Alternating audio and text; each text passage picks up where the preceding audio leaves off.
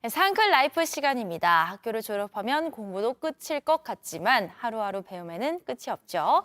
그래서 매주 월요일에 남녀노소 누구나 다양한 지식들 채울 수 있는 아침 시간 선물해드립니다. 자, 오늘 주제 바로 만나보겠습니다. 남들은 잘만 쓰던데 SNS 글쓰기조차 어렵다면 이게 거창한 보고서가 꼭 아니더라도 그냥 뭐 페이스북이나 뭐 인스타그램에 글 쓰는데도 이거 누가 남이 욕하는 거 아니야? 맞춤법 시비 걸리는 거 아니야? 이렇게 주저할 때가 많은데요. 글쓰기를 좀 더 즐기면서 쉽게 다가갈 수 있는 방법 오늘 알려주실 분 모셨습니다. 사실 이분이 뭐 직업이 많아요. 변호사이시기도 하고요. 평론가, 작가 너무 많은데 일단 오늘은 작가님으로 모셨습니다. 정지우 작가님입니다. 안녕하세요. 안녕하세요. 안녕하세요. 네. 우리는 글쓰기를 너무 심각하게 생각하지 라는 책을 쓰시기도 했는데 오늘은 작가님으로 모셨지만 뭐 방송에서는 문화평론가로 또 재작년부터는 변호사로도 활동을 하고 계시고 또 서점가에서는 다양한 장르의 책을 내신 작가님으로도 아주 유명하고요. 좀 동안이신데 내공이 상당하시다고 제가 들었고 네. 한 10년, 2013년 정도부터 책을 내신 걸로 제가 알고 있어요. 그러니까 굉장히 일찍부터 활동을 하셨어요. 네. 맞아요. 근데 이렇게 바쁘게 사시는 와중에도 글을 매일 쓰신다고 하는데 이유가 있으신가요? 글쓰기에는 뭐 여러 가지 이유가 항상 다르긴 한데요. 네. 근데 좀 딱 하나의 이유를 좀 근본적으로 꼽아보자면 약간 삶이 아까워서, 삶이 아쉬워서 글을 쓰는 이유가 제일 큰 것 같습니다. 이제 가령 뭐 지난 주말에 뭐 가족이랑 보낸 시간이 우리가 뭐 사진 몇 장 찍어서 다들 아쉬운 마음에 이렇게 인스타그램도 올리고 하잖아요. 근데 그런 기억들을 글로 써서 남기게 되면 훨씬 더 생생하게 그 하루의 어떤 이야기들이나 어떤 줄거리 같은 것들을 남길 수 있거든요. 네. 사실 그런 욕망들, 내가 스쳐 지나간 생각들이 약간 아깝고 뭐 오늘 보낸 하루가 아쉽고 이런 욕망 때문에 글쓰기에 항상 손이 가는 그런 경우가 되게 많은 것 같아요. 그러니까 이 아름다운 삶을 잘 저장해 놓으면 되게 좋은 거니까. 네, 그렇죠. 근데 당연히 하고 싶죠. 근데 능력이 없다 이렇게 스스로도 저도 여길 때가 있는데 변호사가 되시기 전에 그 작가로 활동하시면서 쓰신 책 제목들을 보면 뭐 부모 사용 설명서, 그리고 고전에 기대는 시간, 분노 사회, 인스타그램에는 절망이 없다, 그리고 최근에 내신 이제는 알아야 할 저작권법 이런 것처럼 다양한 분야에 사실 어느 정도 지식이 다 있으시니까 책을 쓴 거라고 저는 여겨지는데 글을 잘 쓰려면 이렇게 다양한 분야, 뭐 공부도 많이 해야 되고 다 잘 알아야 되는 거 아닙니까? 글쎄요. 우리가 이제 사실 다양한 분야에 대한 관심은 어떻게 보면 누구나 다 가지고 있는 것 같기도 해요. 네. 우리가 뭐 가령 대학 시절에 뭐 교양 수업 같은 거 되게 골고루 막 들어보기도 하고 예, 다양한 예. 책을 읽어보기도 하고 또 지금도 살아가면서 정말 다양한 것들에 관심을 가지잖아요. 네. 뭐 재테크에 관심을 가진 사람도 있고 뭐 골프나 스포츠에 관심을 가진 사람도 있고 뭐 드라마 이제 그런 것들을 쓰느냐 아니냐의 차이가 있는 거지. 네. 다양한 분야에 대한 관심들은 정말 많은 사람들이 가지고 있는 것 같다 그런 네. 생각이 들고 다만 이제 그거를 내가 조금 더 기록해서 남기고 싶다, 좀 더 잘 기억하고 싶다, 좀 더 깊이 있게 뭔가 스스로 생각해보고 싶다 이럴 때 이제 글을 쓰게 되는 거죠. 네. 네. 그러니까 지식이 중요한 게 아니다. 그렇죠. 네. 맞아. 하긴 근데 또 생각해 보면 요즘은 SNS 또 1인 출판, 그러니까 꼭 작가라는 게 직업이 아닌 분들도 굉장히 글을 많이 쓰시긴 하는 것 같아요. 네. 근데 글을 그렇게 많이 이게 접하게 되는데 저 같은 경우에는 이제 나는 아나운서인데 네. 나는 글을 한번 괜히 썼다가 괜히 막 논리적이지 않거나 또 글재주가 없다고 여겨지는 거 아닐까 걱정도 되고 되게 부럽기도 하고요. 근데 글을 잘 쓰는 분들도 이런 고민을 하면서 쓰는 건지 그냥 정말 자신 있게 쓰는 건지 궁금해요. 사실 이제 글을 써나가는 거의 평생 동안 그런 고민은 거의 모든 작가들이 계속 하는 것 같아요. 내가 네. 이런 글을 써도 될지, 이런 글을 썼을 때 뭐 괜히 많은 비난을 받는 건 아닌지, 혹은 뭐 내가 너무 어떤 이상한 사람처럼 보이지 않을지 이런 고민들은 정말 글쓰기를 시작하려고 하는 사람들부터 또 이제 글을 꾸준히 오랫동안 써오신 분들이 모두 다 이제 계속해서 하는 고민인데 그렇죠. 우리 생각해 보면 우리가 글쓰기라는 게 어릴 때부터 항상 뭔가 평가받는 대상이었어요. 예. 어릴 때 글을 써서 학교에 제출하면 뭐 A, B, C 잘 썼다 못 썼다. 네. 그렇죠. 글짓기 대회. 예, 대학교 가면 더 심하고 뭐 논술 시험, 뭐 취업 때 뭐 자기소개서 쓰는 거 모든 것들을 사실 이제 글쓰기가 우리가 살아오면서 이 평가의 대상이었다 보니까 네. 딱 쓰려고 하면 겁부터 먹는 거예요. 내가 이거 써도 되나? 이렇게 써도 되나?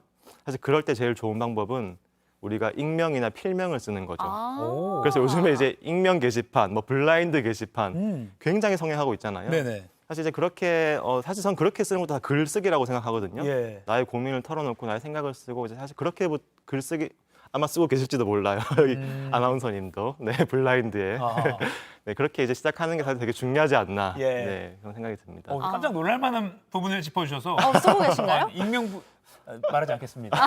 자, 그럼 아까 네. 일종의 꿀팁으로 익명 또는 필명을 사용하라라고 말씀하셨는데 그거 네. 말고도 좀 네. 두려움을 떨치고 글을 좀 자신 있게 쓸 수 있는 방법도 뭐가 있을까요? 저 같은 경우에는 이제 글쓰기 모임을 간간히 해요. 네, 뭐 이렇게 퇴근하고 밤 시간 이럴 때 좀 글을 쓰고 싶어 하시는 분들을 모집을 해서 이제 글쓰기 모임을 하기도 하는데 네. 그러면 이렇게 서로의 글을 읽어주는 사람이 있고 되게 솔직하게 또 좀 평가도 좀 해주고 서로 진심으로 읽어주는 사람들이 이제 글쓰기 동료들이 있을 때 우리가 글쓰기에 되게 용기를 가질 수 있거든요. 네. 특히 저 같은 경우에는 뭐 20대 때 뭐 블로그에 글을 쓰기 시작하거나 물론 익명으로 쓰기 시작했죠. 네, 그렇게 쓰기 시작하면서 내 글을 읽어준 사람도 있고 댓글 달아준 사람도 있구나 이렇게 자극을 받으면서 아마 좀 글쓰기에 용기도 내고 동기부여도 많이 되었던 그런 기억이 있습니다. 작은 공모전 같은 거에 나가는 거는 어때요? 초보자이지만 그런 거 도전하는 건 추천하십니까? 정말 할만하죠. 특히 우리가 그 공모전 리스트 같은 걸 잘 찾아보시면 쫙 있는데 기성 작가들이 공모할 수 없는 공모전도 되게 많아요. 그러면 되게 소소하게 뭐 때로는 50만 원, 때로는 100만 원, 약간 상품도 주고 네. 그런 것들 한 번이라도 받아보면 자신감도 생기고 재밌죠. 내가 글을 쓰면 아무도 내 글을 안 읽어주는 줄 알고 되게 재미없을 것만 같았는데 누군가 내 글을 읽어주고 상품도 주네? 뭐 심지어 뭐 라디오 사연 같은 것만 하더라도 네네. 그런 것들을 경험해보면 좀 글쓰기가 재밌어지고 아. 동기부여도 되고 네, 그런 현상이 있습니다. 라디오 사연을 보내는 것도 네. 저 좋은 방법일 수 있겠다는 그러네요. 생각 문득 들고요. 근데 글쓰기도 많이 쓰면 하다 보면 는다 이런 얘기 많이 하잖아요. 어느 정도 하다 보면 느는 건지 그리고 그러니까 타고난 재능이 있는 사람도 분명히 있단 말이에요. 재능이 없는 사람도 늘긴 느는 건지 궁금해요. 사실 저야말로 전형적으로 글쓰기 재능이 없었던 사람이 아닌가라는 생각이 정말요? 드는데 거짓말 같은데. 아닐 것 같은데. 아무튼 네. 네, 어디 네. 한번 들어보죠. 네. 제가 이렇게 글쓰기 모임을 하거나 예, 뭐 예. 독서 모임을 하면 많은 분들이 그런 얘기를 해요. 내가 어릴 때 막 초등학교 이럴 때 뭐 100일장에서 상도 타고 그런 적도 많았다. 근데 어느 순간부터 글쓰기에 겁나서 안 쓰게 되더라. 네. 근데 저는 어릴 때 그런 적이 거의 한 번도 없거든요. 한 번도 내가 글 써서 뭐 칭찬 받아본 적도 별로 없었고 뭐 그림 그리는 건 좋아했었지만 근데 한 20살 때부터 글쎄 한 10년 정도 꾸준히 이제 그냥 글 쓰는 걸 좋아했어요.